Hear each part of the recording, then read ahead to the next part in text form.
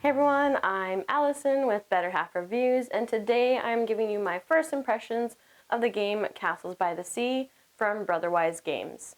So I got to play this a couple times over at Dice Tower West, and I figured I'd just share a little bit of my thoughts about it, things that I liked, things I'm wondering about, and other general takeaways about the game. Let's first off talk about something that I really liked is just how this game looks. It's something that if you see it on a table when you're walking by, you're going to be like, ooh, what is that? It just looks inviting and it looks interesting because you've got that 3D puzzle going on with all those different blocks and structures. Along with that, I love the art on the different cards and the different factions for the shorelings. It's just very cute and adorable, and it just makes you want to look at it. And the inspiration for it, I think, was kind of like Studio Ghibli-esque. So if you've heard of The Secret Life of Arrietty, or maybe even The Borrowers, something similar. That's kind of what the shorelings remind me of. And it really makes me want to be like, hey guys, can you go get Netflix to make a show? Because I would love to watch it. Anyway, so it's inviting and looks adorable. And to go along with that, the gameplay feels pretty easy to get into. There feels like there's not too many rules. And basically, you get some sandcastle pieces and you can place them, and then you try to get some points, and then you go through events, and then it's the next person's turn. That's simple, right? Something I like about this game is that it does have take that things going on where you can block people where you're putting sandcastles, or, block them with where you end up putting your archway or different meeples that you have. Or you could even use one of the events, like the dangers out there, like the dog, and move it strategically and, make it take down people's structures, which it can be very mean. But I've also had games where it was pretty nice. We were all very nice to each other. So I like that if you're not a big fan of Take That, you don't have to push for it too much if you don't want to. Especially so if you're playing with kids, maybe play a little bit nicer than if you were playing with adults. Something else that I appreciated in this game is if you have different player counts, there are different numbers of rounds to try to mitigate and make sure everybody gets a chance to play as first player. So there are different game lengths, but yeah, I thought it was good, and I was fine with the short game and the longer game every time I had fun. I did play this at Dice Tower West, so I've only played it a handful of times. That's why this is a first impressions video. So there may be some things that have changed since I've played it. But one thing that I'm wondering about is they talked about the Riptide expansion, which I'm sure we'll get more information on the Kickstarter. But I'm wondering how that'll change up the variability of the game, because it sounds like, from what I remember, the Riptide is something it's going to be building up, and tides take over parts of the coastline, so that'll throw in a wrench to everybody's game.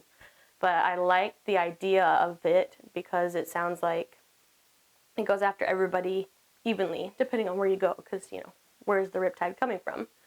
But I like that it sounds like it'll just throw up that variability, and you're oh, you don't know what to expect. So I wonder how it's gonna build up. Is it gonna build up slowly, or does it just kind of come at you?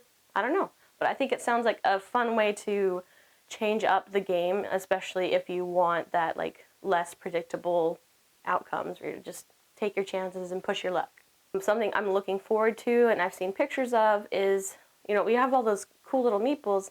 There's going to be custom meeples with adorable art on it, and I'm like, oh, I can't wait for that, because that'll make it even better and more thematic.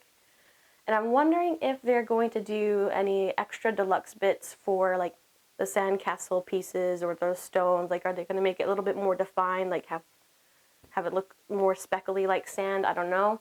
The prototype that I got to play, it was wood pieces, and I'm sure they'll probably stick with wood. But I loved playing with all the pieces. That was the fun part. So I like puzzles and puzzly type games, and this was a 3D puzzle that everyone's collectively working on. And it was really cool to kind of see how things would build up and have the different structures and the different meeples. And one time we were talking about what do you do in a tiebreaker? And I suggested, I was like, well, what if it's the princess with the tallest tower? I don't know if they're actually going to keep that or not. I really want to see that. And so we were kind of obnoxiously making super big tall towers for our princesses just for fun. Something else that I like about the game is the little secret objective cards. So I feel like that helps bring a bit more strategy and like guidance to the game. So everybody gets a couple different cards, and they have different structures that you're supposed to try to build. Like sometimes it'll be like something tall or something like long or a different, specific type of shape. And it gives you some type of like reference of, besides what you're doing in general to try to get the shells for points, you have these that can get you a good amount of points. I liked what that brought to the game, and it helped change it up so that everybody's not building like the same things for the same buildings that you have for like the archway or the door or for the Princess Tower. So that was kind of a fun way to like, how am I going to build this? Because I need to use other people's structures to try to help me get that. And I like that you can use other people's previously built sandcastles, because otherwise it'd be really hard. The only difficult part I would say about this game is making sure that you have proper placement for your sandcastles and buildings. But the cards lay it out very well, where they'll give you like what the structure looks like, and they have the little highlighted cube colors to like say like, you need to have this space open. So I feel like it's visually helpful on the cards, but sometimes when you're playing it, you may need reminders of like, oh, no, you can't place there. So even though like I had played a couple games of it at Dice Tower West, I was sometimes so focused on what I wanted to do, I would forget that, could I do it? And I'm like, oh shoot, I wasn't allowed to place it there. So I feel like that's kind of the harder part of the game, is making sure you get the proper placement. But that's, just as you play it more, you'll get used to it. And if you're playing with kids, you can just help them out and guide them, be like, oh wait, you can't place it there, so maybe let's move it over here. And finally, one of my other takeaways is with those events, the little dangers, the dog, the baby, and the dragon.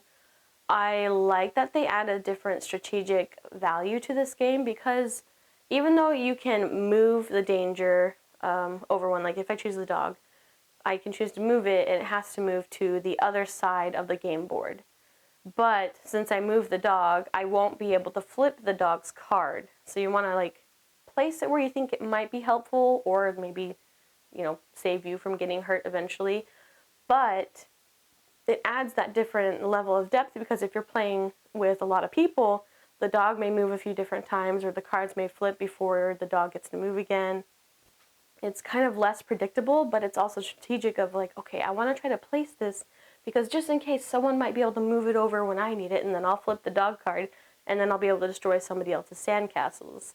I had one game where I was like, shoot, I don't have enough time to like, I want to like move the dragon and flip the dragon, but I can't, and that's good because that'd be way too powerful, and I'm glad that they did that. But I had one game where I kind of set it up, and I'm like, maybe the person next will like do it, and then the dog will go off, and they moved it exactly where I wanted it, and they're like, oh yeah, now it's all good, and then I flipped the dog card, and it went off and knocked over things. I'm like, yes! So I love that aspect of like, you can move one of them, but you have to flip one of the other two. And it's not too overpowered because of that option where you can't move the dog and flip the dog. So good on them for thinking of that through. Alright, so those are some of my thoughts about the game Castles by the Sea. So overall, I think this is a fun, light game to play. You can play it with family, and you can also play it with gamers. And I enjoy that you can play it nice, or you can kind of play it mean. And it's just kind of like push your luck, amazing 3D puzzle with great art. So I highly recommend it. Check out Castles by the Sea. Alright, thank you for watching. Again, I'm Allison from Better Half Reviews. If you like this review, give it a like and subscribe. We also do some stuff over on Instagram as well. Alright, happy gaming!